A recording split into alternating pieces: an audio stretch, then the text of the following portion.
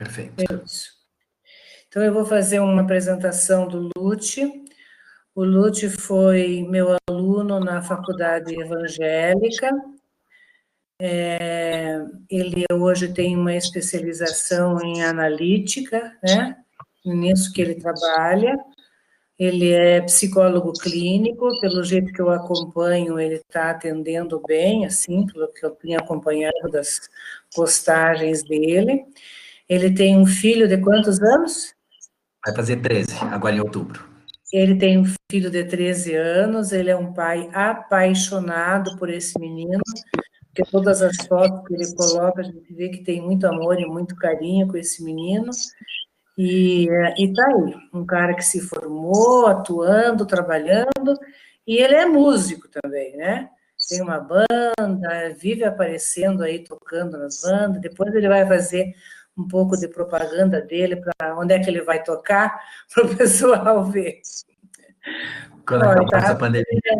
Está aparecendo a Suelen ali, a Suelen acho que foi tua professora, não foi, Ruth?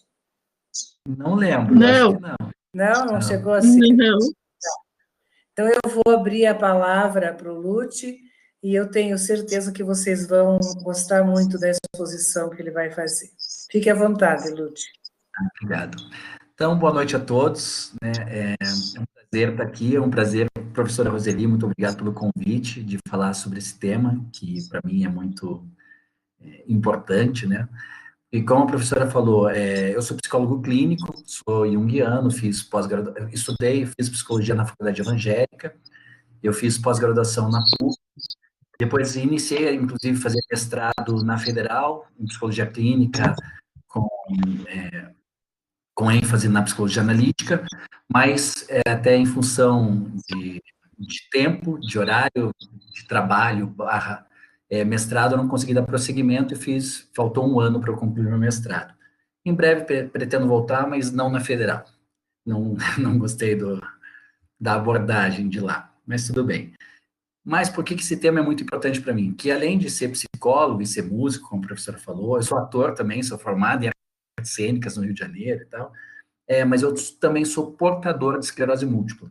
Então, esse aqui é um tema que eu já venho estudando antes mesmo de atuar como psicólogo, ele já é um tema muito próximo a mim como paciente. Então, aqui eu vou tentar fazer um bate-papo com vocês, inclusive, se vocês tiverem dúvidas durante a apresentação, vocês podem falar, podem interromper sem problema nenhum.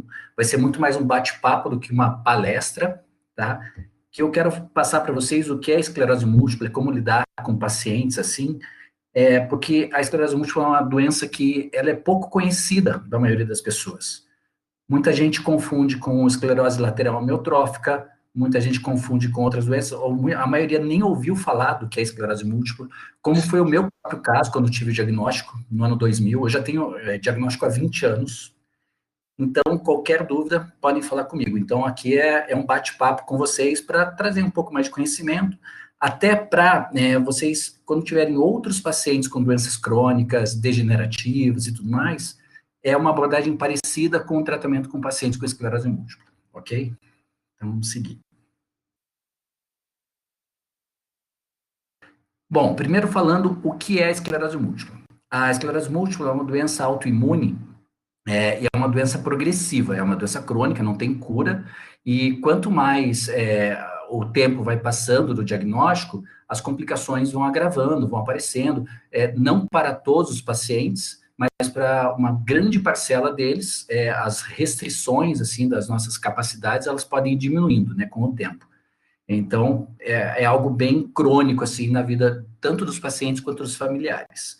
Essa doença, ela surge justamente num período muito produtivo da vida do indivíduo, né, que é quando somos adultos jovens, ali entre os 20 e 40 anos, é a prevalência maior do aparecimento dessa doença, geralmente 80%, 85% dos pacientes que têm diagnóstico é nessa faixa de idade, entre os 20 e 40, eu diria que até mais, entre os 20 e 30 é quando surge geralmente. Para mim surgiu aos 28 anos, no ano 2000, tá? Eu já estou com 48, não era para falar a idade, né? Mas tudo bem. Então é uma coisa que mexe muito com você, né? Porque você está no auge da tua vida, no auge da tua carreira, e de repente vem uma doença que vai te limitar para muita coisa, a princípio. Então, psicologicamente, é o primeiro baque que dá, né? E por ser uma doença altamente agressiva e degenerativa, isso interfere diretamente na vida diária dos pacientes e dos familiares. Próximo.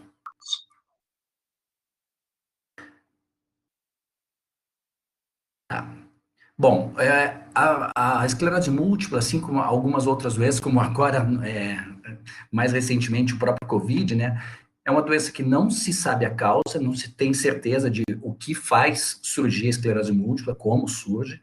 Não existe ainda uma cura, não existe nenhum medicamento que nem prometa uma cura, não chega nem próximo disso.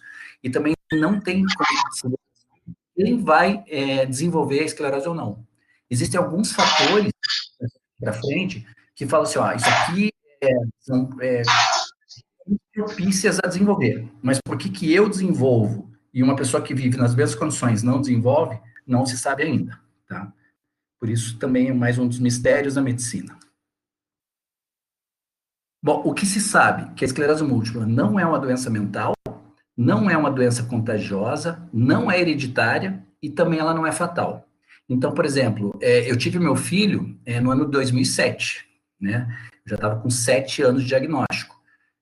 Teoricamente, não existe nenhum risco direto de que meu filho um dia vá desenvolver esclerose múltipla. Até, por exemplo, na minha família inteira, nem da parte de pai, nem da parte de mãe, ninguém tem esclerose múltipla. Então, não existe esse fator de hereditariedade, né? A questão aqui de que não é contagiosa também, por ser uma doença neurológica, não existiria nenhum pressuposto que fizesse a gente acreditar que poderia ser contagiosa.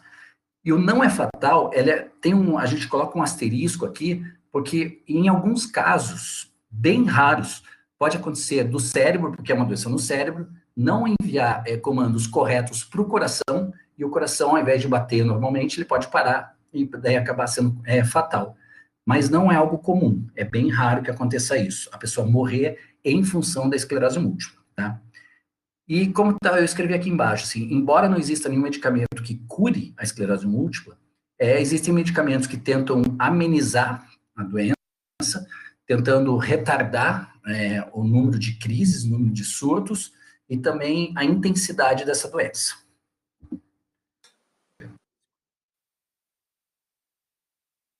A origem, né? Por que se chama esclerose? Porque cada surto que acontece ocorrem lesões no cérebro, e essas lesões, elas se assemelham a formas de cicatriz, e por isso o nome de esclerose, tá? E a múltipla justamente porque acontece em todas as áreas, tanto do cérebro quanto da medula espinhal. Então, pode me dar, geralmente, a maior parte das lesões acontecem no cérebro, e algumas também podem percorrer pela medula espinhal. Então, essa é a origem, principalmente, do nome. Acho que eu vou passando, enquanto eu vou falando aqui, eu vou trazer algumas coisas da minha vida, da minha experiência como paciente também, para que fique mais claro para vocês, não só para ser uma coisa muito técnica como psicólogo, né, como uma visão externa. Eu tenho vários pacientes que têm esclerose múltipla, tenho uma que está comigo há 7 anos, outra 6 e tal, mas eu acho que trazer a minha experiência pessoal também vai clarear um pouco o que é a esclerose, assim, tá? Tá. A esclerose múltipla é uma das causas mais comuns de incapacidade por meio de uma doença neurológica.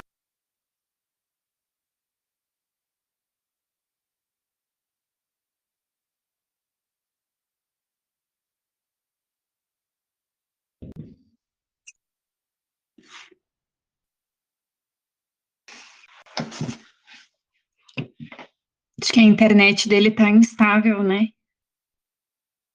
Deve ser isso, né? Sim. Professor, Pois é que cortou meu vídeo aqui. Oi. Estão me ouvindo? Agora sim. Ok. O meu vídeo aqui sumiu. E apareceu que o meu áudio tinha cortado. Então, é só qualquer coisa, se interromper o meu áudio, faz um sinal aqui que eu consigo ver. Tá. Então, repetindo, né, é uma doença que surge no auge, né, da vida produtiva do indivíduo, né, entre os 20 e 40 anos. E é uma doença que é variável por região. Ela tem uma incidência muito maior no hemisfério norte do que no hemisfério sul, daqui a pouquinho a gente vai falar um pouco por que provavelmente isso acontece. Mas aqui a incidência é o dobro no hemisfério norte do que no hemisfério sul. No Brasil, estima-se que tem entre 30 e 40 mil pacientes hoje portadores de esclerose. Nos Estados Unidos é o dobro nos Estados Unidos não, nos países no hemisfério norte acaba sendo o dobro do que isso, proporcionalmente. É uma doença que é muito mais comum em mulheres e sempre em indivíduos da raça branca. Não sempre, mas é mais comum que seja em indivíduos da raça branca. Como é que ela afeta o sistema, a esclerose múltipla? Eu vou até passar um outro slide aqui que vai ficar mais visível para vocês enquanto eu falo. Esse aqui. O nosso neurônio, todos os nossos neurônios e o axônio, né, que é aquela fibra nervosa que vai do cérebro para todos os órgãos do corpo, cada um deles é envolvido por uma camada chamada mielina, que é essa capa de gordura que protege esses neurônios, esses axônios, para essa dispersão dessa carga elétrica, né? Então, imaginem, assim, que é como se fosse um fio de luz, né, que você vai colocar na tomada.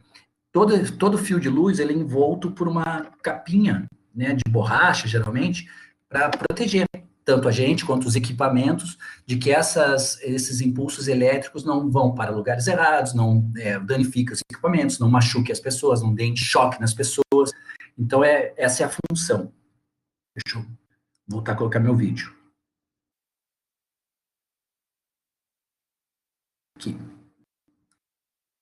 Então, essa é a função da mielina, certo? Por algum motivo, que não se sabe qual, o nosso próprio organismo destrói, ataca as nossas camadas de mielina, formando essas lesões que aparecem aqui nessa imagem, entende? Daí o que acontece? Esses impulsos elétricos, tanto aferentes quanto eferentes, eles vão para lugares errados, eles vão na intensidade errada. Então, às vezes, algum comando que o meu cérebro devia mandar para alguma parte do meu corpo, por exemplo, para a perna esquerda, ela não chega corretamente lá. Algum sintoma que normalmente eu não sentiria, o meu cérebro passa a entender como se estivesse acontecendo alguma coisa ali. Então, eu tenho muita, por exemplo, sequela de dor, por exemplo. Tenho na cabeça e tenho na perna esquerda. Só que eu não tenho nenhuma lesão na perna esquerda. A lesão é no cérebro. Só que o cérebro entende que ali tem algum problema e por isso causa essa dor tão forte.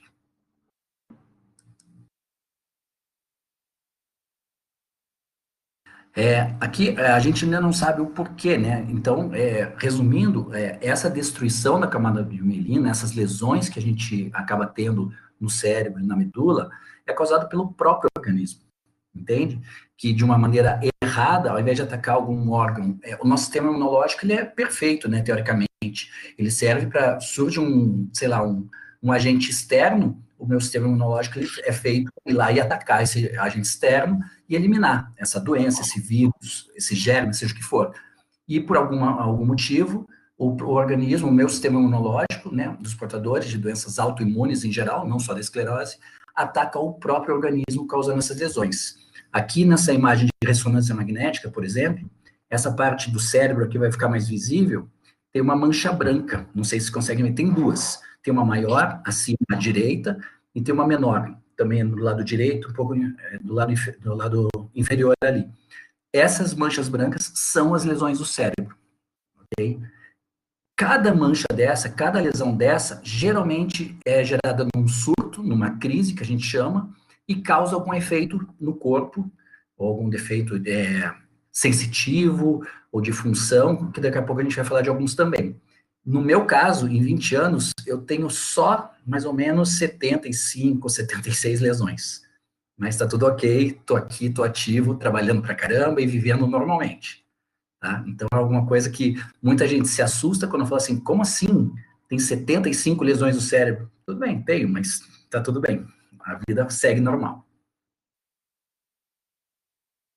O diagnóstico da esclerose, ela é feita, em primeiro lugar, quando surge um sintoma. Então, vou dar o meu caso. O meu caso, no ano de 98, eu tive um primeiro surto. Tive uma neurite óptica, que é uma inflamação no nervo óptico, onde do dia para a noite, eu acordei num dia sem visão total de um dos olhos. Então, parecia que tinha um vidro jateado na frente de um dos olhos, com uma dor absurda, uma dor assim, que parecia, uma dor dupla. Parecia que tinha uma pessoa esmagando meu olho, e ao mesmo tempo como se fosse uma agulha de tricô sendo fincada no olho. Essa é a dor, bem agradável, assim. e sem enxergar nada. Daí, só que como foi minha primeira crise, o diagnóstico total não foi completado. Por quê? Porque no exame de ressonância, que é o principal exame que é feito para a detecção da esclerose múltipla, não apareceram as lesões, porque era uma coisa muito recente.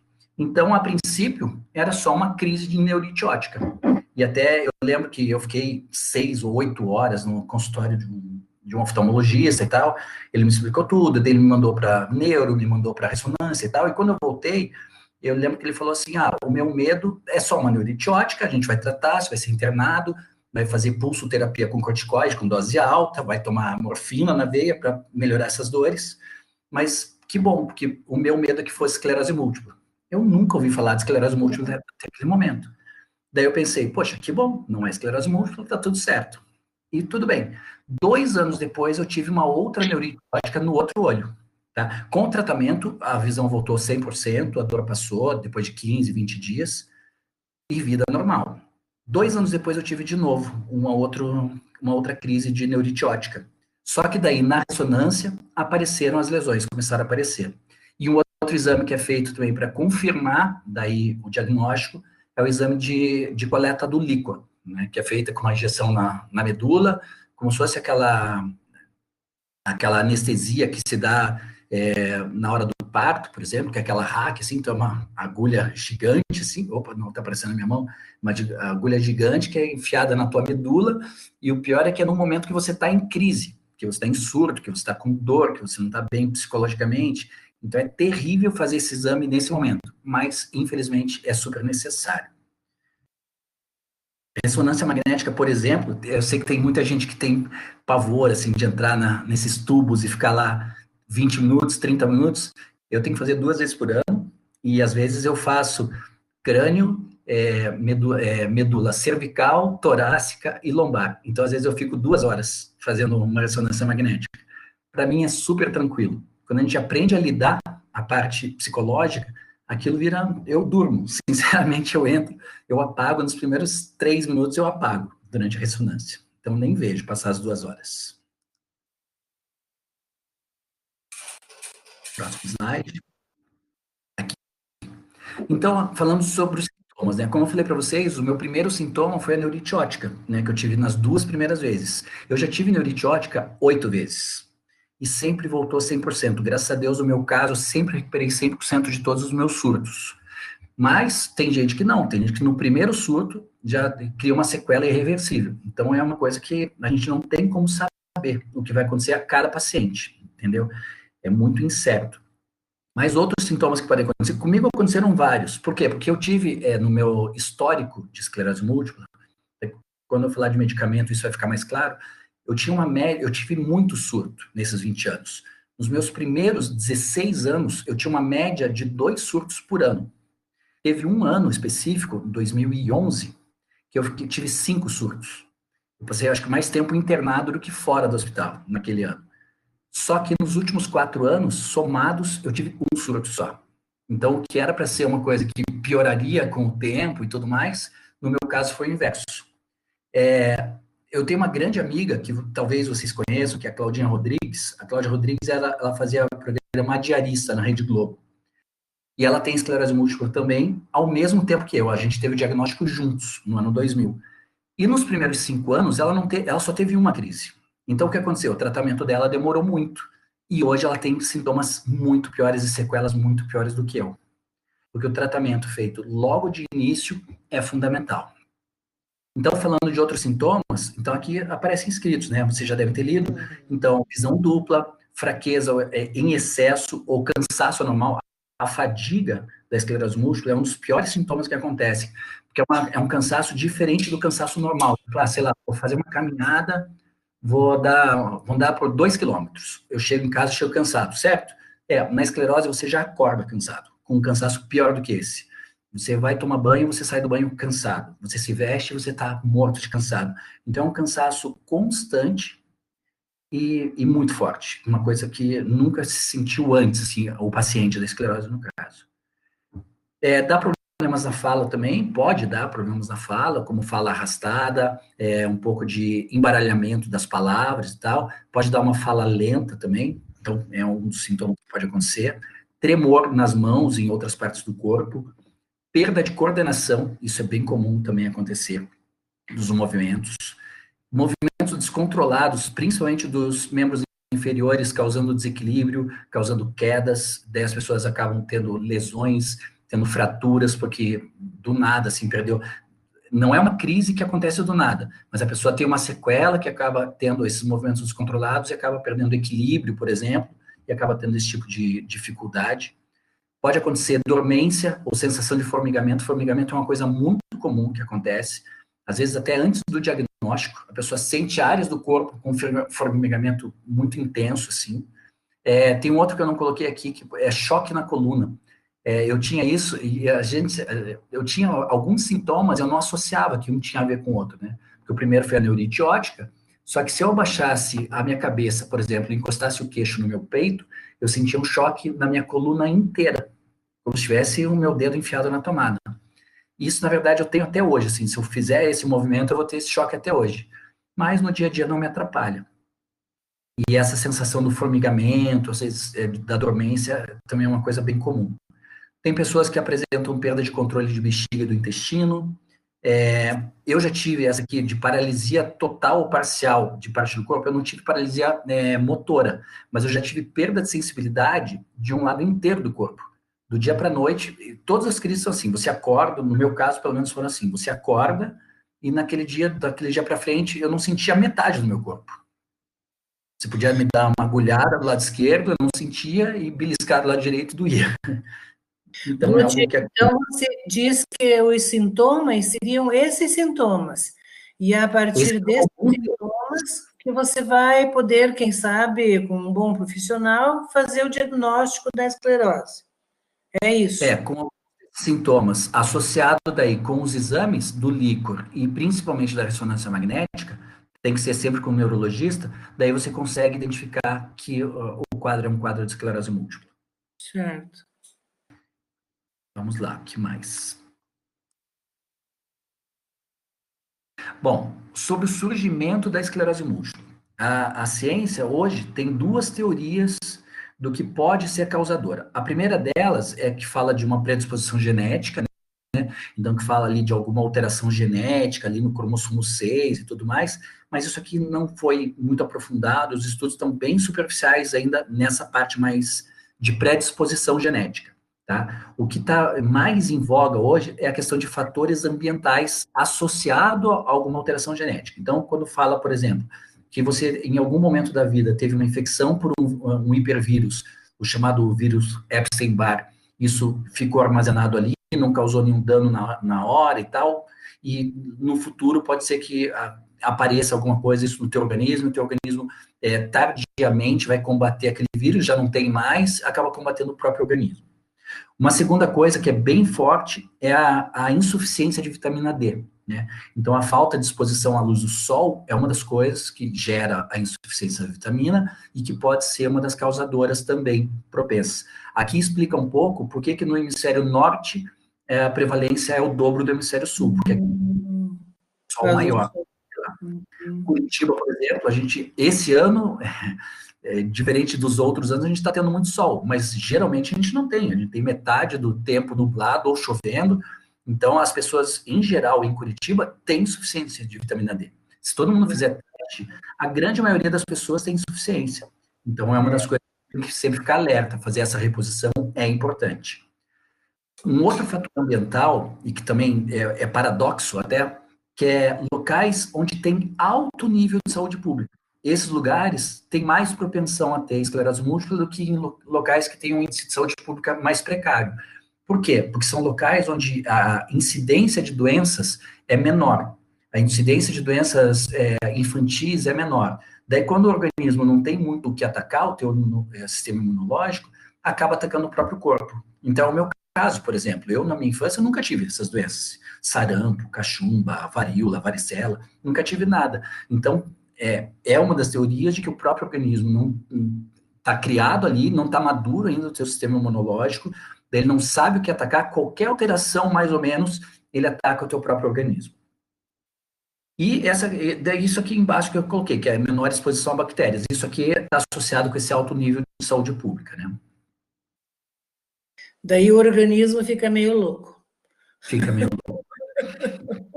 Exatamente. Não tem o que atacar, resolve atacar o próprio si.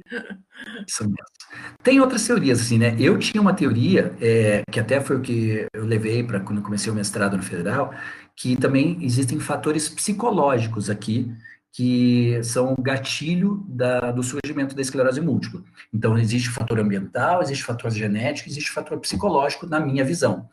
No fator psicológico, eu estava estudando isso nessa época do mestrado, de que um complexo de culpa muito forte, não resolvido, pode gerar, pode ser o gatilho para desenvolver esclerose múltipla. Porque, por exemplo, eu estou tendo essas mesmas situações aqui de saúde pública, de não ter tido doença, e, não tá, e uma pessoa do meu lado também.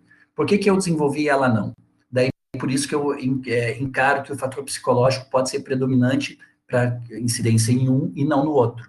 Então, na questão do complexo de culpa, o que faria? Uma pessoa que às vezes se sente culpada com muita coisa.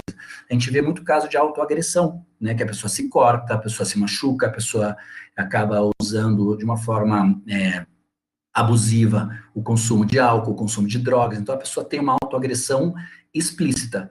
No caso da pessoa com esclerose múltipla, que não faz esse tipo de coisa, mas tem, ao mesmo tempo, esse complexo de culpa muito forte não trabalhado, o próprio organismo se encarrega de fazer essa autoagressão. Mas essa é uma teoria minha que ainda vai anos para comprovar ou estudar, né?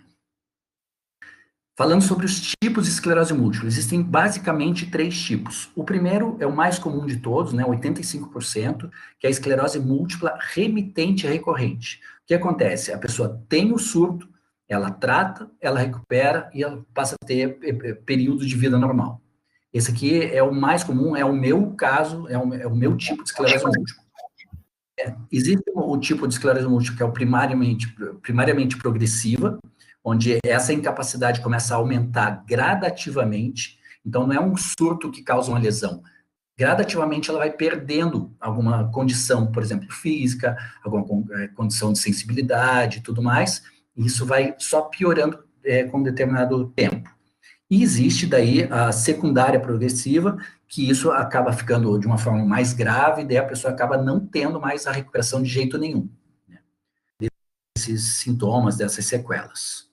No meu caso, graças a Deus, 98% das minhas crises, as sequelas foram revertidas, assim. Algumas coisas a gente leva, como, por exemplo, essa dor que eu tenho, de sequela de dor na perna esquerda, na cabeça, 24 horas por dia. Eu vivo com dor 24 horas por dia há 20 anos.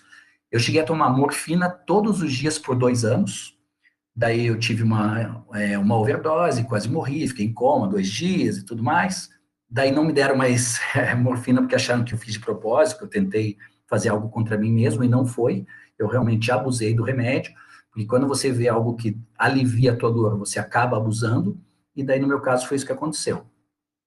Então, mas geralmente a maior parte dos sintomas que eu já tive, eu recuperei 100%. Por exemplo, a última crise que eu tive, que eu falei que foi nesses últimos 4 anos, eu tive uma paralisia facial. Metade do meu rosto travou. Como o Rocky Balboa já teve lá, o Sylvester Stallone, o Ayrton Senna já teve uma paralisia facial, só que no caso deles foi o que chama de paralisia de Bell, né, que geralmente é um vírus que acontece ali que causa essa paralisia, e alguns deles até são irreversíveis. No meu caso, quando eu tive essa esclerose, essa crise, eu cheguei para o neurologista, que não era o meu, era um de plantão que estava no INC, e falei para ele, cara, isso aqui não pode ser da esclerose, não pode ser um surto. Ele falou, não, é muito raro ter um surto com paralisia facial. Eu falei para ele, coisas raras acontecem comigo, a gente pode investigar? Daí ele pediu a ressonância e identificou na hora que era uma lesão exatamente no local onde causaria essa paralisia facial. Então, no meu caso, foi da esclerose múltipla. E recuperei 100%. Então, isso que vocês estão vendo, infelizmente, é o normal, tá? Não tem nem paralisia, é isso aqui mesmo, é o que tem para hoje. Então, voltou ao normal, graças a Deus.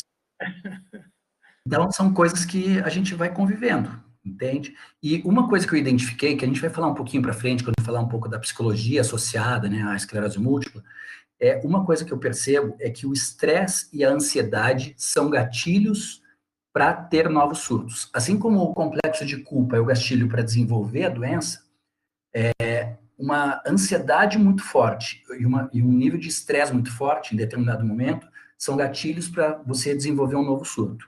No meu caso, aconteceu isso, esse último... Como eu já sei disso há alguns anos, eu sou uma pessoa extremamente, né, calma, nada me abala, nada me estressa, e eu não sou nada ansioso, eu sou zero de ansiedade. Já fui muito ansioso, há 20 anos atrás, há um pouco mais, mas eu resolvi isso na minha vida de uma forma extrema, que nada hoje me deixa ansioso. Só que, nessa última crise, há 3 anos e pouco, eu estava num voo, vindo de fora do Brasil com meu filho, hoje ele está com 12, ele estava com 8 anos, então, e ele passou muito mal nesse voo. Ele começou a vomitar muito, e estava muito mal, eu já tinha dado remédio antes para ele, dei remédio na hora, e nada passava e tal, e eu fiquei muito tenso ali, fiquei muito estressado, preocupado com ele, o que estaria acontecendo, o que poderia acontecer. Eu, sei lá, 12 mil metros de altura, num voo longo de 10 horas, e eu não tinha o que fazer. Para você ter ideia, o meu filho interditou um banheiro, de tanto que ele vomitou do avião, sabe? Quando eu cheguei aqui no Brasil, fiquei tranquilo, ele foi para a mãe dele e tal, e eu fui dormir, porque eu não dormi nada naquele voo e tal, e eu dormi.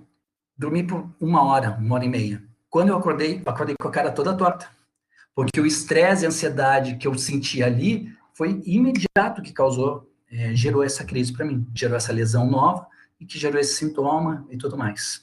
Então, o estresse e a ansiedade é algo primordial para a gente evitar em pacientes que tenham, principalmente, a esclerose múltipla. Tá? Vou voltar aqui. Dá licença, professor. O senhor disse agora há pouco que o sentimento de culpa é do sentimento de culpa que provém a esclerose múltipla, é isso?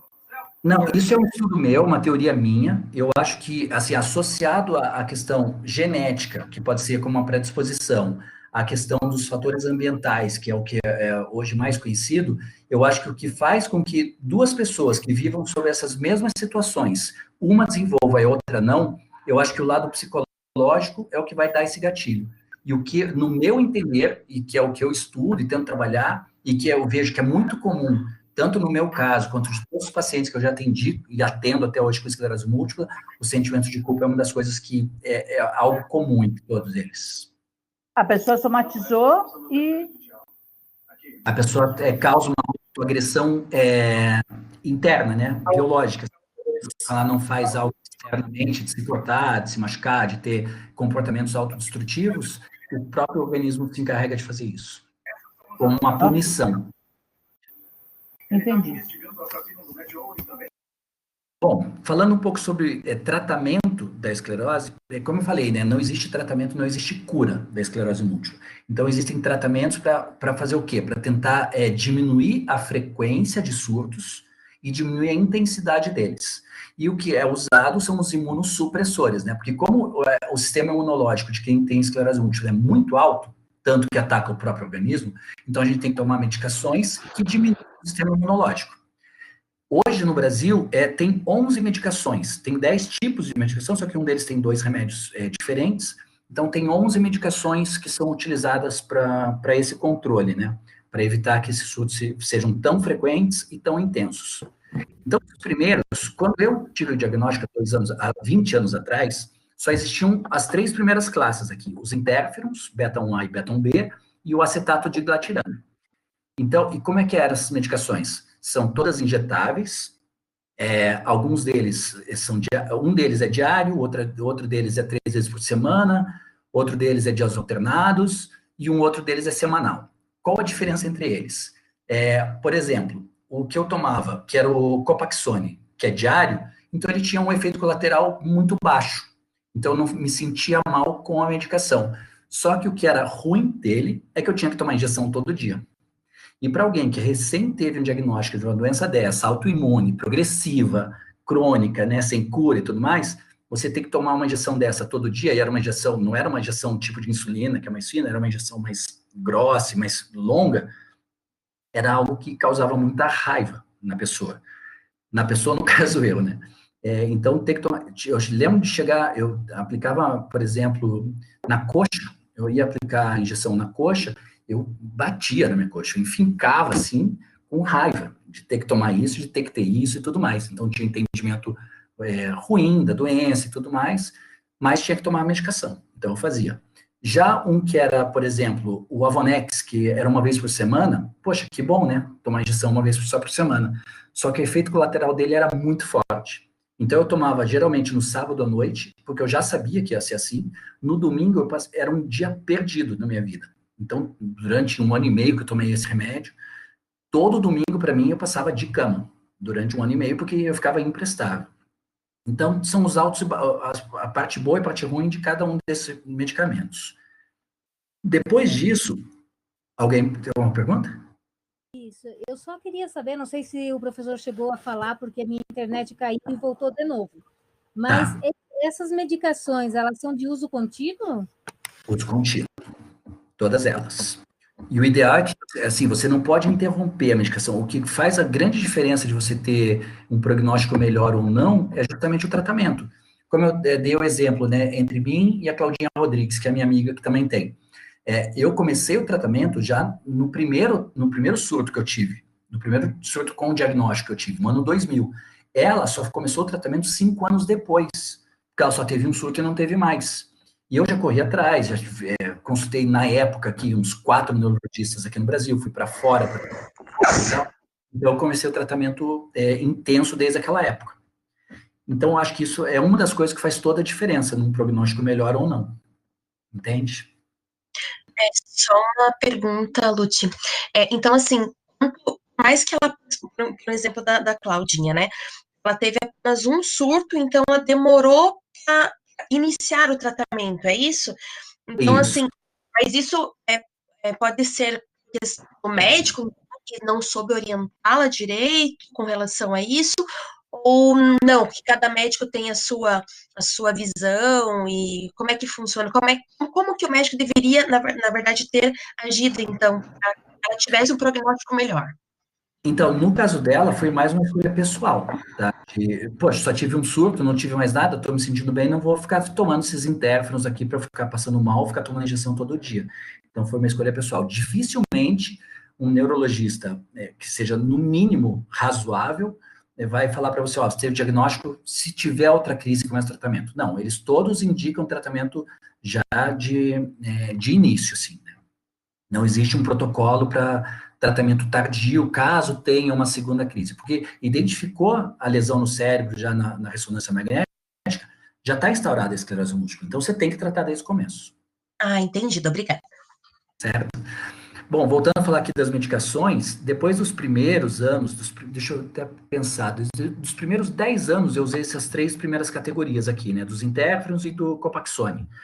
Depois disso, surgiu um remédio chamado Tysabri, que é o natalizumab ali, que era um remédio que eu tomava uma vez por mês só.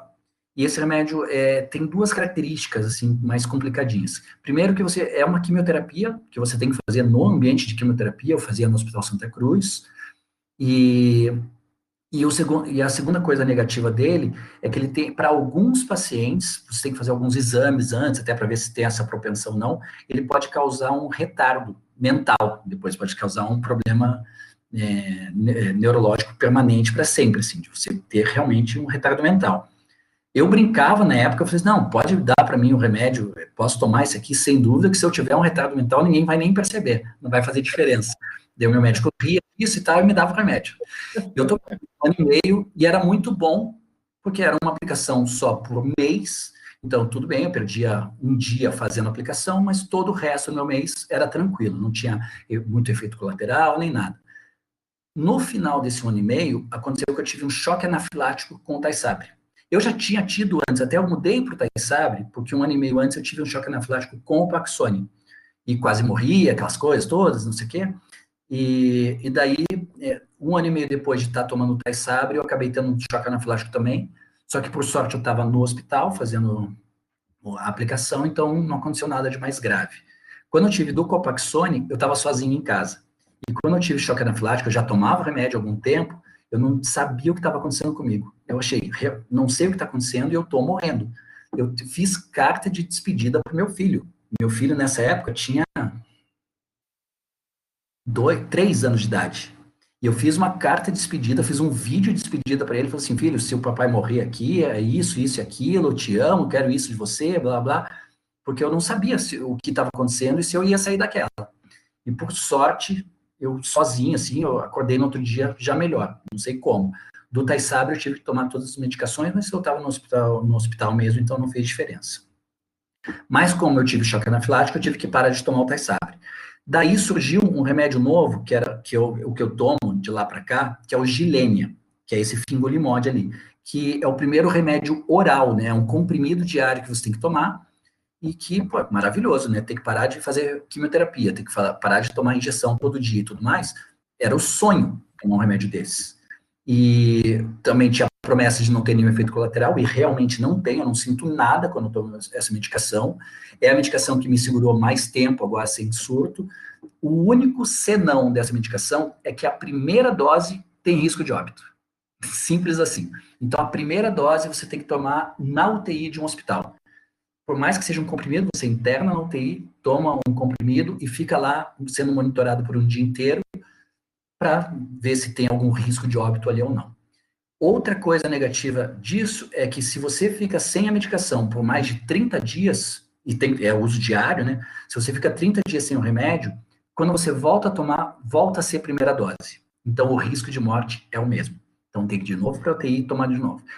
Claro que por opção própria, eu nunca pararia de tomar. Só que já aconteceu comigo no ano de 2017, de eu ficar sem remédio 3 vezes no ano. Porque esses remédios aqui todos, só tá dentro, tá? São remédios muito caros. Então, por exemplo, os interferons custavam em torno de 3 a 4 mil por mês. O Tysabri custava 35 mil por mês. E o que eu tomo hoje, que é o Gilenya, custa 8 mil por mês, se você quiser comprar o remédio. Só que o governo fornece esses remédios. Todos eles são dados pelo governo. Quando eu comecei a tomar o Gilenya, o governo não dava ainda. Eu tive que entrar com uma ação na justiça para pedir, para obrigar que o governo me desse, e passaram a me dar. No ano de 2017, teve alguma confusão no governo do estado aqui do Paraná, e faltou o remédio por 3 vezes em um ano. Então, aconteceu isso comigo, de eu ter que ficar sem remédio um tempo e ter que passar a primeira dose de novo. Mas, graças a Deus, foi tudo bem, está tudo tranquilo. E depois disso, já existem umas outras medicações aqui com incidência diferentes, assim, né? Forma de tomar diferente. Uma que é 2 vezes ao dia, que é o Tecfidera. Tem uma que você toma 3 doses a cada 1 ano, entendeu? Que eles têm alguns efeitos colaterais. Então, vai mudando daí de acordo com a preferência tanto do paciente quanto do médico.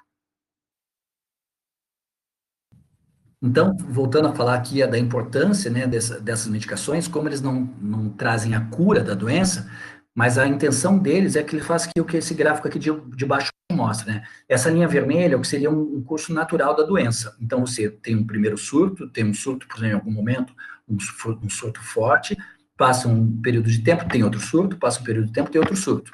O remédio tenta evitar que esse surto seja tão grave quanto seria, e o espaçamento entre esse e o próximo surto seja maior, para que você passe mais tempo sem surto. Os remédios nem prometem que você não vá ter mais surto.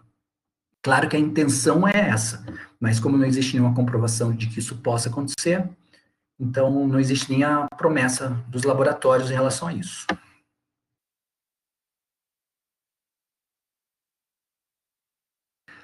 Além desses medicamentos próprios para a esclerose múltipla, a gente acaba tomando um monte de outros medicamentos que são auxiliares para lidar com os sintomas, né? Então, como eu falei para vocês, por ter essa sequela de dor 24 horas por dia, seja na perna ou seja na cabeça, eu cheguei a tomar morfina todos os dias por 2 anos. Recentemente, agora que eu não posso mais tomar morfina, que as pessoas acharam, né, como eu falei, que eu tentei me prejudicar de propósito, o que tem hoje de mais moderno para isso, para dor, é o canabidiol, que é um remédio feito à base da maconha e tudo mais, que no Brasil está começando a ser difundido, foi autorizado agora, virou lei, que vai ser permitido, mas ainda não tem nenhum laboratório que fabrique isso de uma forma constante e normal, assim, que venda isso normalmente para o consumidor. Nos Estados Unidos, você consegue comprar, quando eu vou para lá, eu consigo comprar isso pelo site da Amazon, eu recebo em casa no mesmo dia, uma caixinha com 30 comprimidos, e essa caixinha nos Estados Unidos eu pago $20, que dura 1 mês, e no Brasil, quem vende ainda, que é uma coisa ainda de farmácia de manipulação, essas coisas propriamente específicas para o canabidiol, um vidrinho ali de óleo, que não é nem comprimido e tal, custa tipo 300, 400 reais. As pessoas ainda estão, como tudo no Brasil, utilizando até da dor do outro para ganhar mais dinheiro, né? Infelizmente. Além disso, você pode acabar tendo que tomar outros remédios, por exemplo, remédio para fadiga, existem remédios específicos para isso, para espasticidades e tal.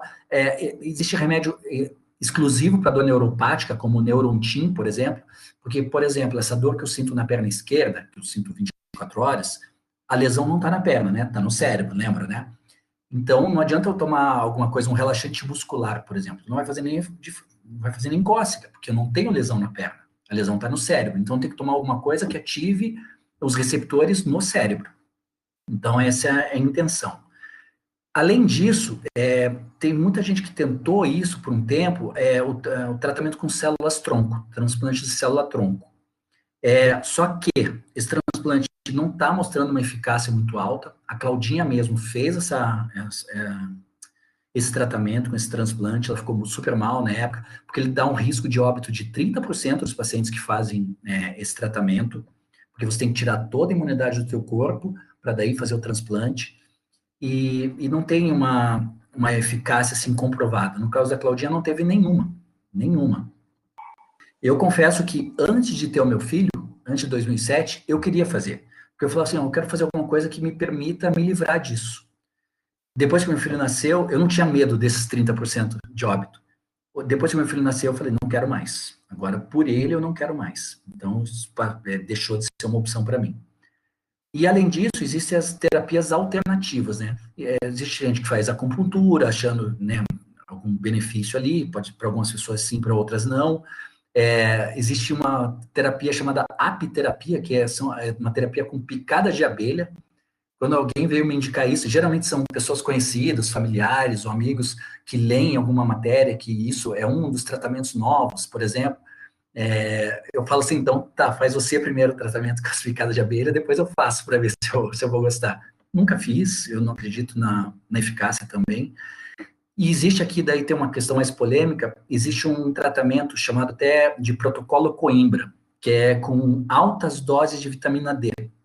Tem um médico de São Paulo, que ele tem esse protocolo dele, que ele acredita muito nesse protocolo, que eu, sinceramente, sou contra. Por quê? Porque lembra que a gente falou que uma das causas possíveis da esclerose múltipla é a insuficiência de vitamina D.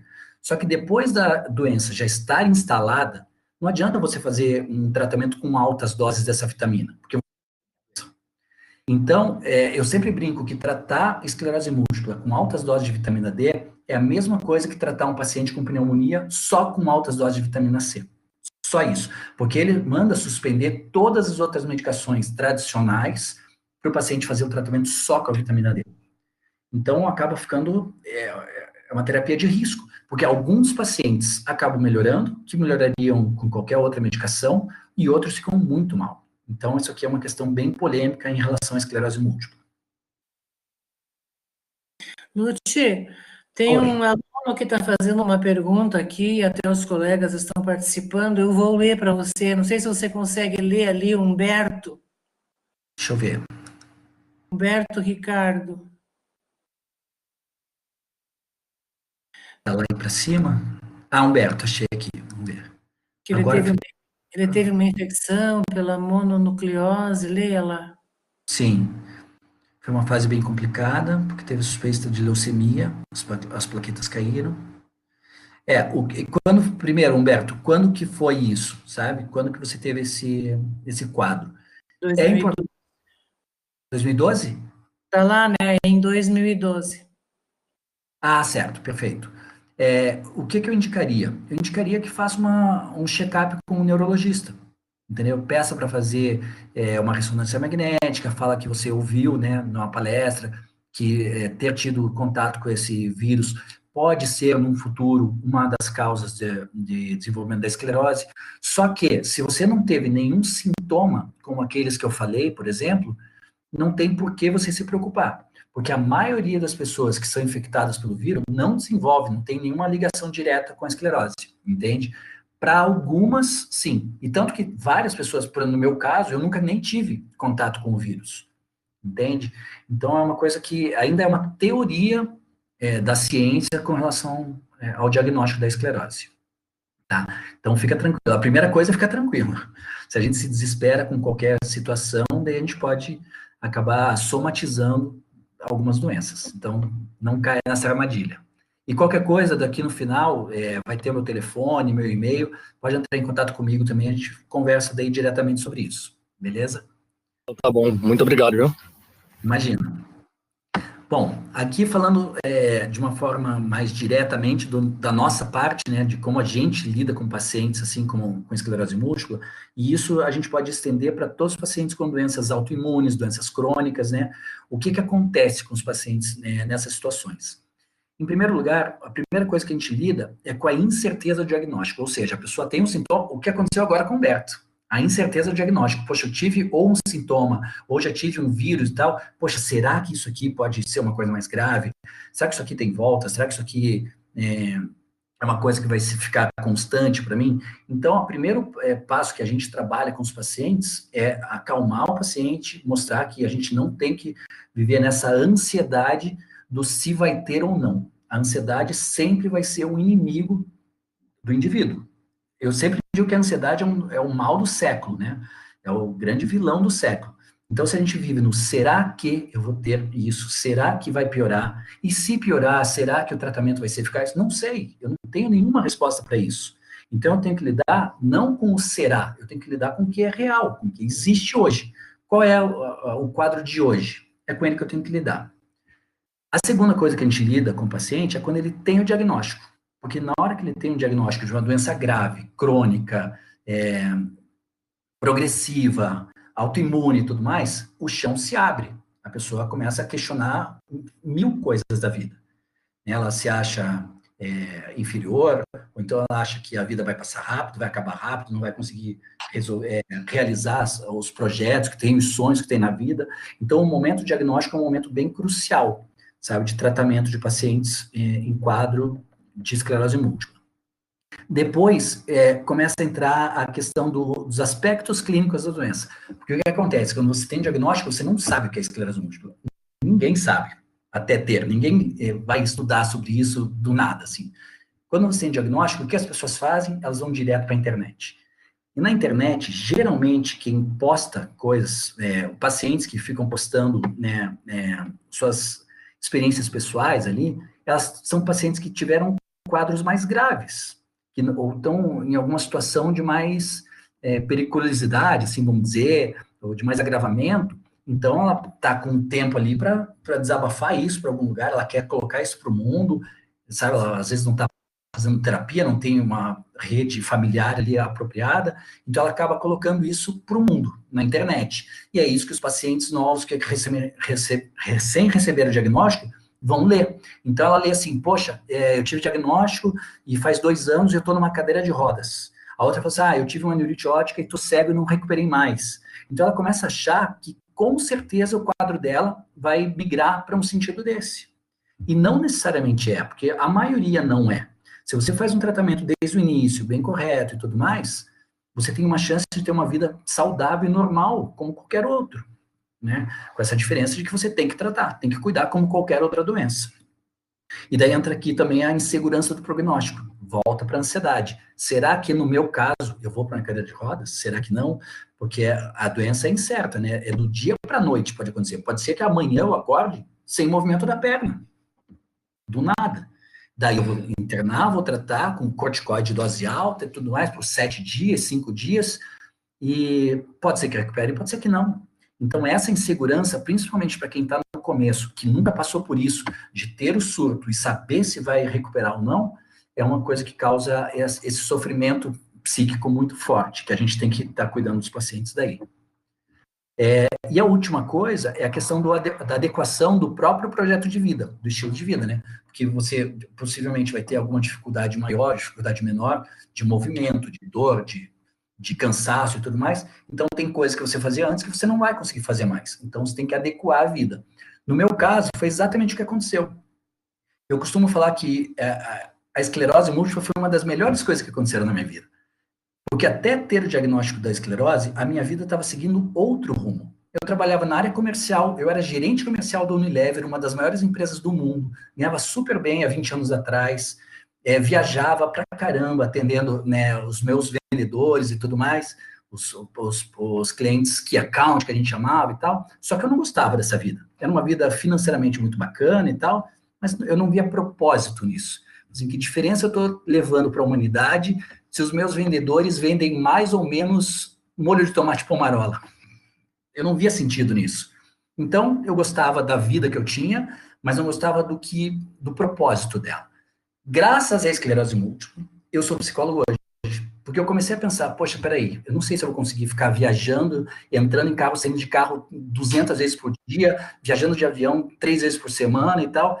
Eu preciso de alguma coisa que eu consiga, sei lá, se me der algum problema daqui a 30 anos, que eu consiga sentado trabalhar, com a capacidade intelectual, qualquer coisa assim.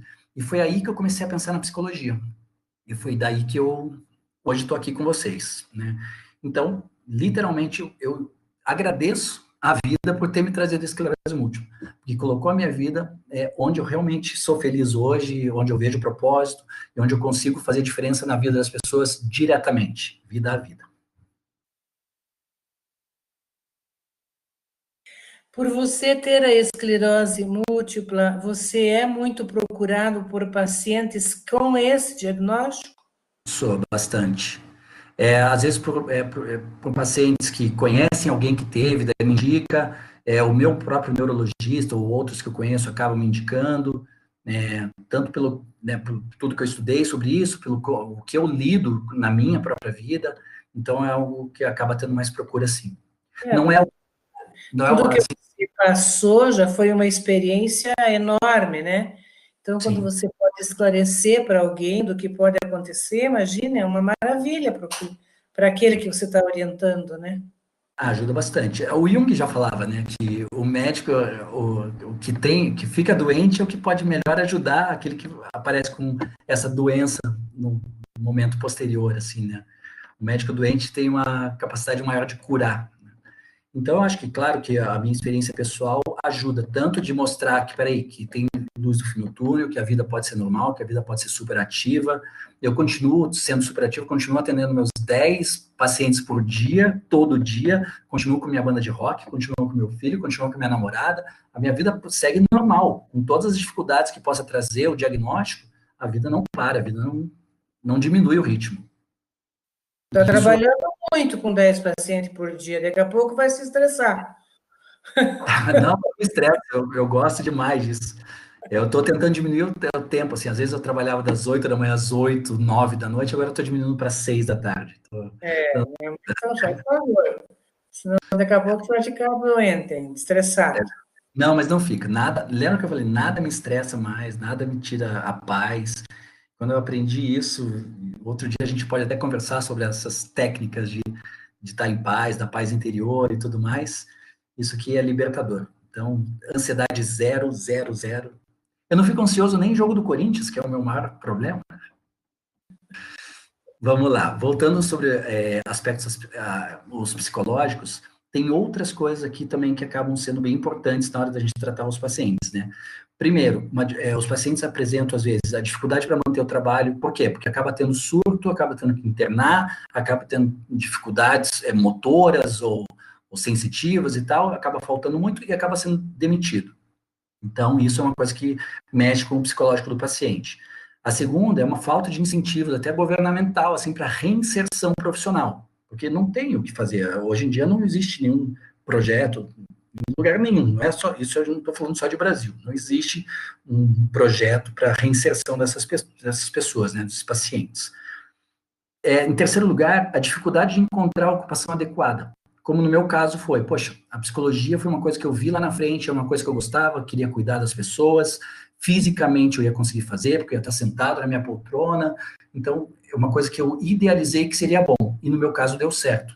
Então isso é uma coisa muito pessoal, cada pessoa vai ter que identificar qual é aquilo que ela vai ter capacidade de fazer, e para que ela consiga se sentir útil também na vida, porque não adianta nada, né, você manter a parte física, a parte biológica, e se sentir inútil de repente na vida, né. Também tem a questão da sobrevivência econômica, porque com essas pessoas que perdem empregos e tudo mais, às vezes acabam tendo que depender muito das próprias famílias, né, para conseguir sobreviver de uma forma digna, né, não consegue encontrar uma atividade que lhe dê financeiramente uma tranquilidade. Então, é uma questão que mexe muito com as pessoas e também com as famílias. E essa sensação, né, de incapacidade, de frustração, né, acaba mexendo muito com essa autoestima da pessoa, a pessoa começa a se achar inferior às outras. Poxa, eu sou um doente. A pessoa não é um doente, ela não é a esclerose múltipla. Ela tem esclerose múltipla, ela é portadora da doença, mas ela não é a esclerose múltipla.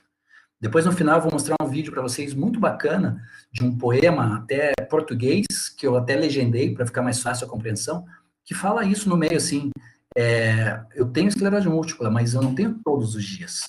Tem dias que eu sou outras coisas também, não sou só isso.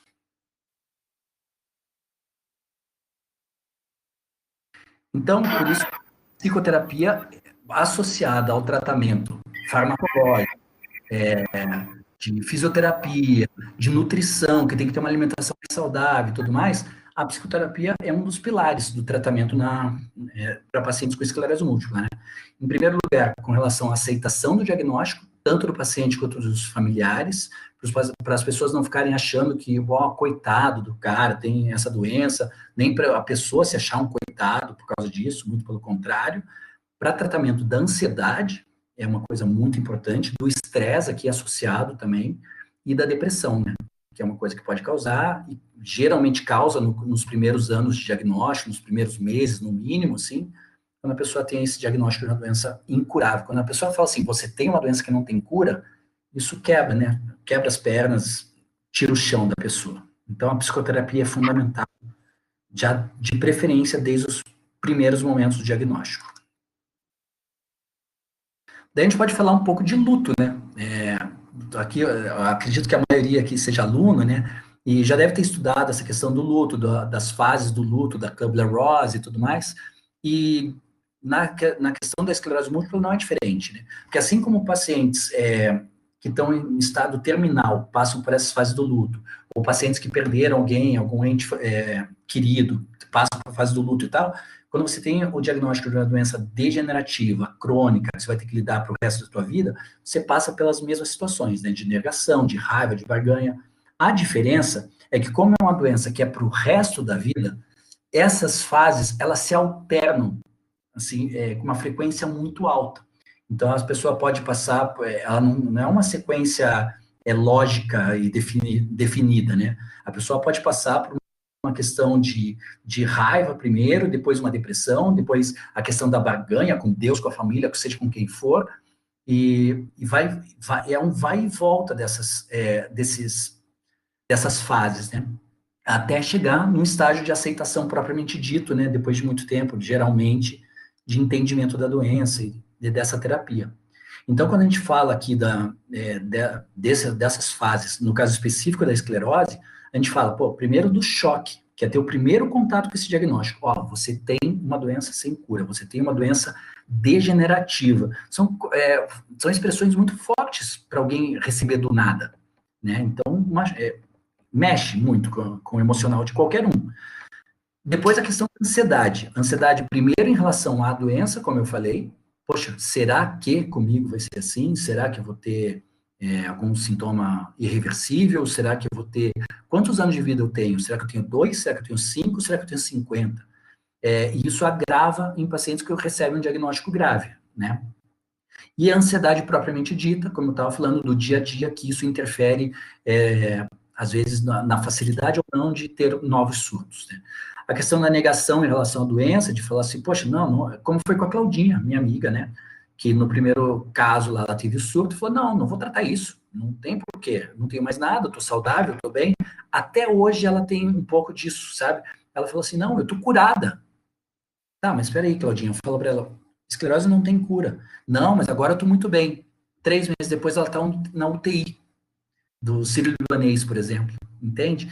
Então, a negação é um fator psicológico muito importante para ser trabalhado e que é difícil em alguns pacientes.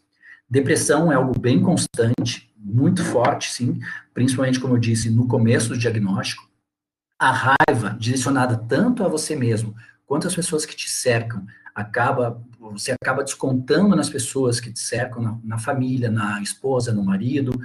Então, tem que ter esse trabalho com essa tranquilização da pessoa, é importante.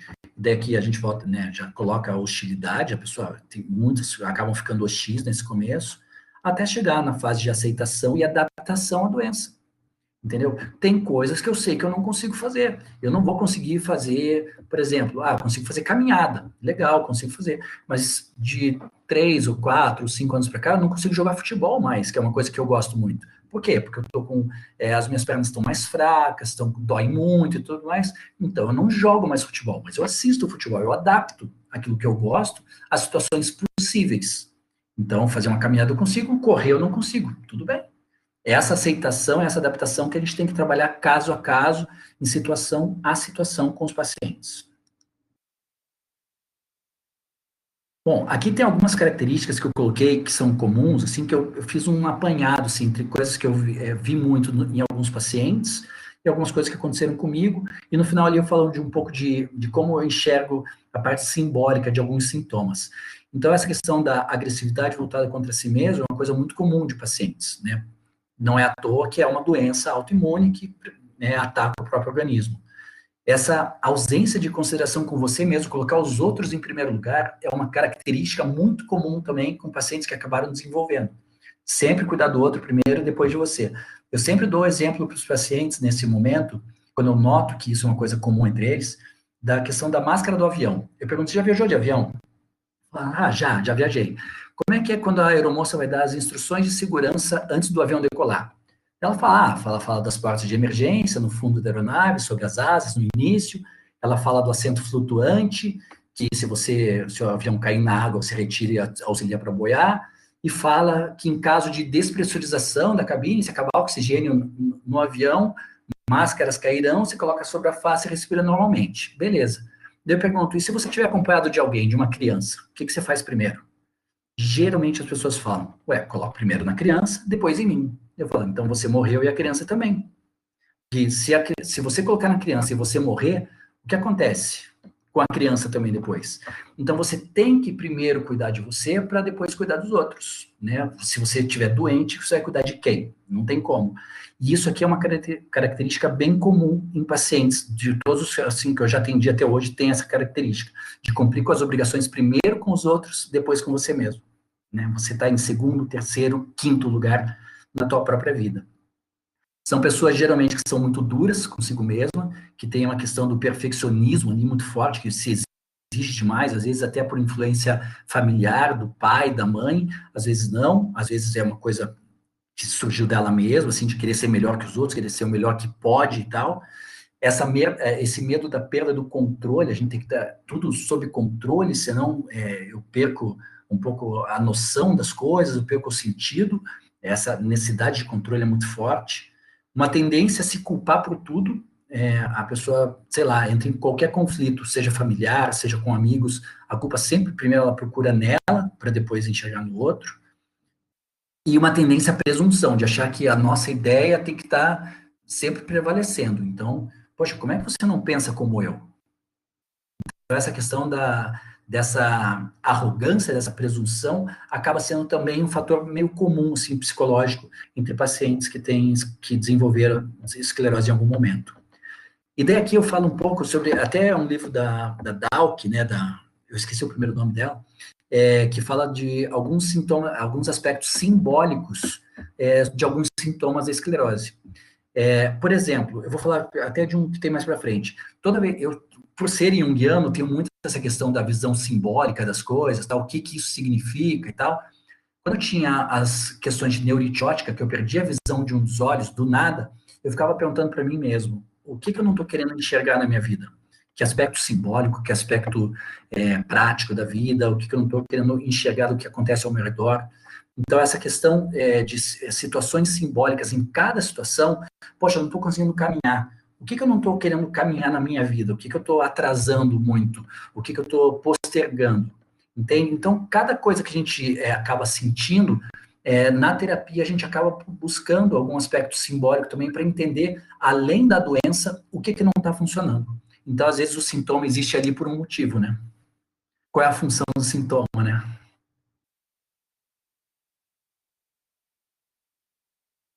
Opa, não pulou o próximo aqui? Pulou. A questão da relação familiar é uma coisa muito importante também para a gente trabalhar, porque existe algumas situações diferentes. O primeiro é, às vezes, por exemplo, de casais ali, de troca de papéis, que se é um homem, por exemplo, que tem esclerose e acaba se sentindo inútil, acaba perdendo emprego, não tem força para buscar uma nova profissão, seja o que for, acaba dependendo da esposa. Isso traz aspectos psicológicos muito negativos e pode ocasionar o fim do relacionamento. Às vezes a família coloca a pessoa numa bolha, tenta proteger demais o paciente e acaba evitando que ele tenha contatos com outros, ou contatos com situações que seriam mais, sei lá, que colocariam em risco, né? Poxa, por que você vai fazer essa viagem? Por que você vai se cansar tanto? Poxa, a pessoa tem que viver, ela precisa viver. Então, essa questão de dependência familiar, dessas agressividades que acaba tendo com a família, porque acaba descontando no outro, como eu falei antes, são questões familiares que a gente precisa trabalhar também semana a semana. E aqui eu coloquei algumas questões que precisam ser refletidas por portadores da esclerose múltipla, né? Eu vou ler algumas aqui para vocês.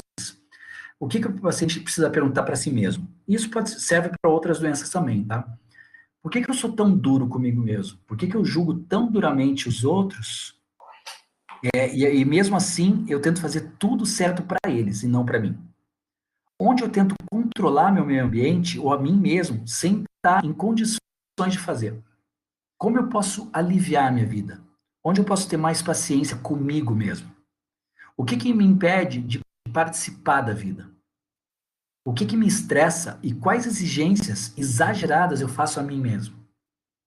Em que medida eu dirijo minha energia principal contra mim mesmo? E por que eu alimento expectativas em lugar de escutar a mim mesmo? Então, essas aqui são algumas coisas assim, que a gente acaba tentando trabalhar na terapia, além das coisas do dia a dia, e que ajudam a gente fazer o paciente ter uma consciência sobre o momento de vida de cada um. Eu tenho 2 videozinhos bem rápidos que eu quero mostrar para vocês, que falam sobre a esclerose múltipla. O primeiro como eu falei, é um poema de um autor português, que eu legendei, e todos os atores, atrizes ali que participam, não são atrizes, são portadores de esclerose múltipla, de verdade, e eles falam qual é a relação deles com a doença. O segundo é um vídeo que mostra também pacientes em situações diferentes, mostrando que os pacientes são diferentes e têm momentos diferentes. Vocês vão gostar dos dois, são vídeos bem interessantes. Deixa eu pegar o primeiro deles. Esse aqui. Primeiro, vou colocar aqui para vocês.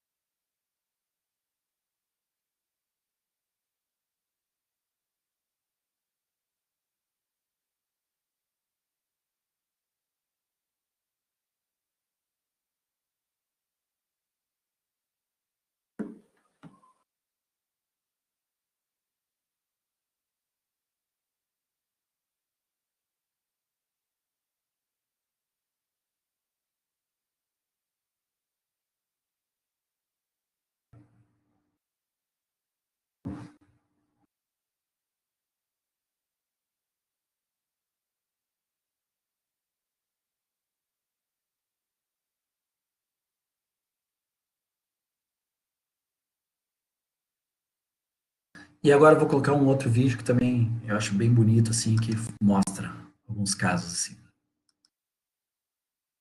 pegar aqui. Abi, vem cá. Uh-uh.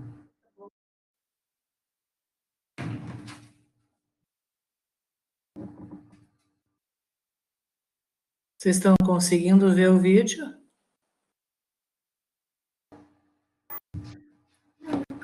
Eu não. Dá um oi lá para as pessoas. Oi, querido Lute, tudo bom, querido?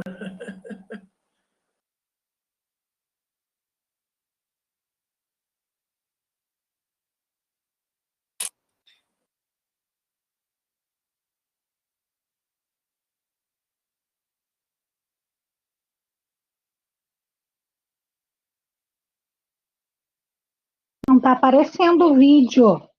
Para mim também não. Para ninguém? Para mim está.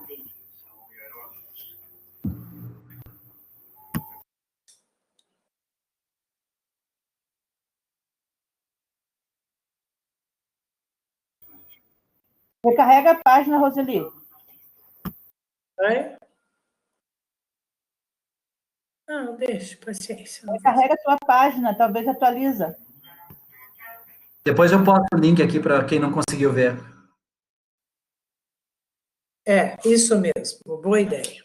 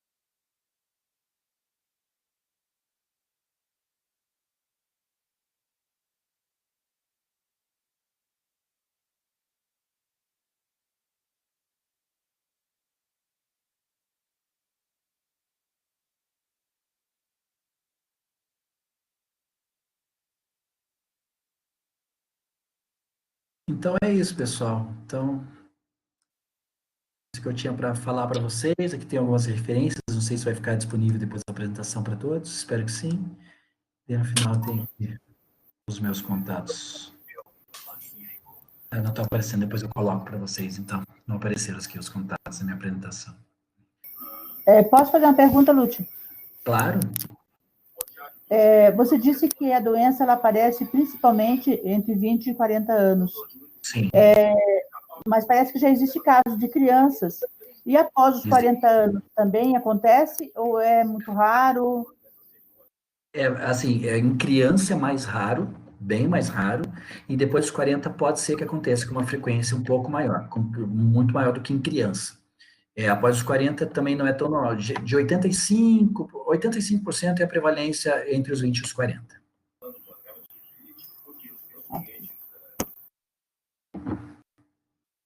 Mais alguma dúvida? Perguntas? Tem uma pergunta, Lute. Boa noite, eu sou a professora Sueli. Tem uma pergunta da Regina.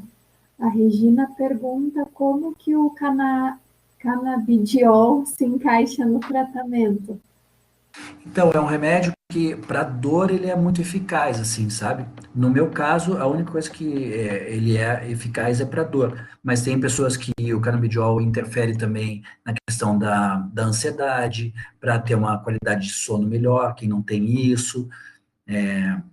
Ou então, para a questão do equilíbrio também. Tem algumas formas, assim, que cada pessoa vai reagir de um jeito, né? Eu costumo, para os meus pacientes, eu ensino eles a dormir, né? Eu costumo dizer que eu tinha dificuldade de dormir, quando eu tinha ansiedade, há 20 anos atrás, eu levava, às vezes, horas para dormir, hoje eu durmo em 15 segundos, entendeu? E o meu filho também dorme em 15 segundos, e qualquer pessoa que eu ensine, que eu treine isso, as pessoas dormem muito rápido, então não vai precisar da medicação para isso, mas para dor, principalmente. Tá, então tá bom, obrigada. Imagina. Mais alguma pergunta? Existe alguma prevalência com relação a sexo, tanto homem quanto mulher? Existe. É bem mais comum em mulheres, assim, uma proporção de 3:1, e é bem mais comum em pessoas de cor branca. É muito mais comum em pessoas da cor branca. Não se sabe por quê, mas é a prevalência.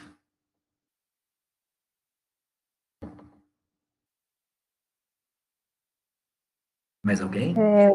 Uma pergunta. Eu sei que não tem uma causa específica, mas você como psicólogo que atende pessoas com isso, assim, no dia a dia, assim, com um caso clínico mesmo, essas pessoas têm alguma coisa em comum? Tipo assim, durante a conversa, fala, olha, eu tive tal coisa que bate com uma outra pessoa que talvez já teve também? Tem algum... Tem. O que para mim assim, que até é o meu objeto de estudo, assim, é a questão do síndrome, do complexo de culpa não resolvido. Com alguma questão na vida não trabalhada, que a pessoa carrega aquilo e ao invés de trazer isso de uma autoagressão física, acaba desenvolvendo alguma questão biológica, assim, né? No caso de desenvolvimento de uma doença autoimune. Bacana. Obrigada. Imagina. Lute, essa medicação à base de canabidiol, esqueci, não sei como é que fala, de maconha, ela é muito usada para uma síndrome que chama-se síndrome de Dravet. A síndrome de Dravet é uma síndrome bastante rara. Eu tenho um sobrinho que tem. A criança tem vários ataques, como se fosse ataque epilético, assim, sabe? Sim. Um atrás do outro, um atrás do outro. Então, esse menino, ele tem, né, até hoje, mas ele é a única coisa que ele conseguiu controlar, ele chegava a ter ataque epilético, assim, 7, 8 vezes por dia. Sabe? Bem grave. E a gente sabe que para cada ataque faz lesões cerebrais, né? Então, a única coisa que conseguiu melhorar e diminuir bastante essa ataque, eu não sei dizer, é como se fosse um ataque epilético, né? Ele foi essa medicação também, chama-se síndrome de Dravet. É bem raro também de ter. E outra coisa, a criança não sua. A criança não sua. Não sua. Então, uma vez a mãe e o pai estavam aqui em casa e as crianças estavam brincando, moram numa casa grande que tem quintal, jardim, né, grande assim. Imagina, as crianças estavam adorando de correr para lá e para cá. De repente, a mãe pegou ele pegou ele, entrou no carro, ligou o ar-condicionado, chamou o pai, vamos embora, vamos embora, vamos embora, porque ele poderia ter o sintoma, né? Filho de médicos. Nossa. Para crise convulsiva, para a questão de alimentação, né? Pessoa que às vezes tem um problema alimentar, que não consegue comer, o caramidiol também lhe ajuda muito, a questão do sono, tem algumas indicações assim, eu não fui muito a fundo, assim, do caramidiol, de tudo que ele, pessoas com câncer usam o caramidiol também, para amenizar os efeitos colaterais da medicação, então tem uma série de coisas. É engraçado que esse remédio é um remédio mais recente, né, mas eu lembro que quando eu fui consultar nos Estados Unidos pela primeira vez, o médico de lá foi uma consulta de 6 horas e tudo mais, o cara super de excelência, assim, no ramo, né, na neurologia, e ele perguntou, e nessa época eu não usava nada, assim, dessas coisas, né, apesar de ser músico, tá, sempre fui um músico careta, e o médico perguntou para mim, no Brasil você acha que seria fácil você ter acesso à maconha? Porque a maconha é uma coisa que pode amenizar as suas dores. Pô, no Brasil, acho que sim, né, até brinquei com ele, mas daí logo depois, um tempo depois, começou a surgir o canabidiol e daí facilitou a vida. Mas muita gente que não tem acesso ao remédio usa diretamente o cigarro de maconha. É bem comum. Esse meu sobrinho, né, que é o pai, no começo ele tinha que conseguir trazer medicação sempre de fora, né? Sim. Agora já consegue ter aqui, mas tem que ter autorização e blá, blá, blá. É bem complicadinho aí para obter a medicação. Em casa. Mas já tem aqui agora. Mas Lute. Tem essa... Bom, gente, são 8h30. Lute. Rafael tem uma pergunta. O Rafael tem uma pergunta, prof, só um pouquinho. Eu falei com o Lute, Rafael. eu queria agradecer ele. Eu queria agradecer ele porque, junto com a professora Luciana, a gente estava fazendo um trabalho de esclerose múltipla, né? E eu entrei em contato com ele através da professora Roseli. Não pude ver ele pessoalmente, né? Mas ele foi muito, vamos dizer assim, generoso em me responder, né, Lute, na época. E eu fiz uma questão, né, Lute, eu levantei a hipótese, né, sobre o parto ainda, e as pessoas que eu conversei na época, né. Então foi bem legal, assim, depois a gente conversou com a professora Luciana, né, da continuidade ali, e justamente isso, né, será que você fez algum avanço naquela hipótese que eu te perguntei naquela época, ou não? Nossa, não, eu acabei não levantando isso com os meus pacientes, assim, até confesso que eu acabei esquecendo, assim, né, porque, como eu falei, né, são a média de 10 pacientes no dia, você acaba tendo 1000 outras coisas, assim, eu acabei não lembrando de levantar esse ponto, mas é uma coisa que eu posso voltar a dar uma pesquisada, assim. Viu, Rafael? Agora você conheceu ele. Agora eu conheci aqui, junto com a professora aí. E agora, foi uma jornada. E agora vocês, quando turma, assim, resolverem fazer uma festa, assim, com uma coisa de rock, bem assim, pode chamar o Lute que ele arrasa. É verdade, eu posso até colocar um link aqui para vocês daqui a pouco. Isso mesmo.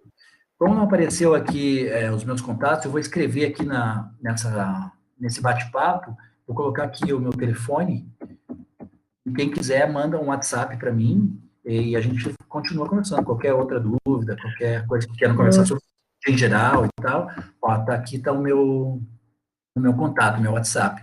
E eu vou deixar o link também, vou até pegar aqui. Da banda. Esse aqui também é o link da minha banda, quem quiser conhecer, chama Banda Top 20, vocês vão gostar. Lute, foi muito bom te ver aqui.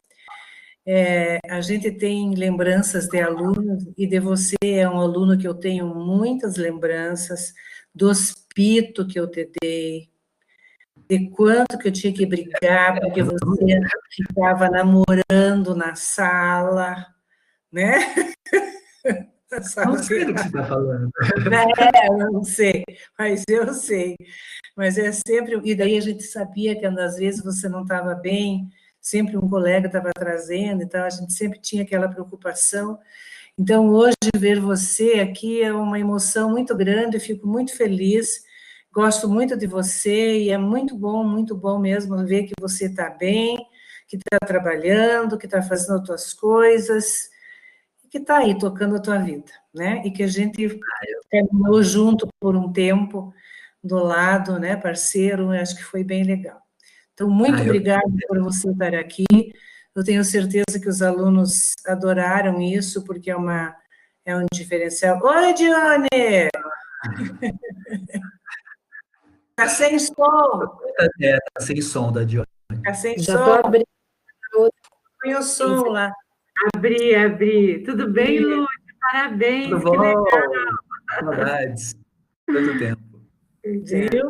Então, foi muito legal estar com você, gostei muito, foi ótimo. Obrigado. Tá bom? Eu que Beijo agradeço grande essa oportunidade, obrigado a todo mundo aqui, e como eu disse, meu telefone está aqui, entrem em contato, vamos trocar ideias sobre psicologia, sobre outros assuntos, estou à disposição. E conheçam a minha banda, que vocês vão gostar. Isso mesmo, é banda de rock pesado. Não é pesado, é pop rock. Para mim, que não sou lá muito assim de rock, né? Aí eu já tenho que dizer isso. Super Tá bom? obrigado, obrigado demais. Obrigada. Para você sair, Lúcio, você está vendo que tem 3 pontinhos ali no canto da tela? Sim. Ah, você tem que desligar a gravação. Tá. E daí do lado tem 3 pontinhos, daí ali você pode sair.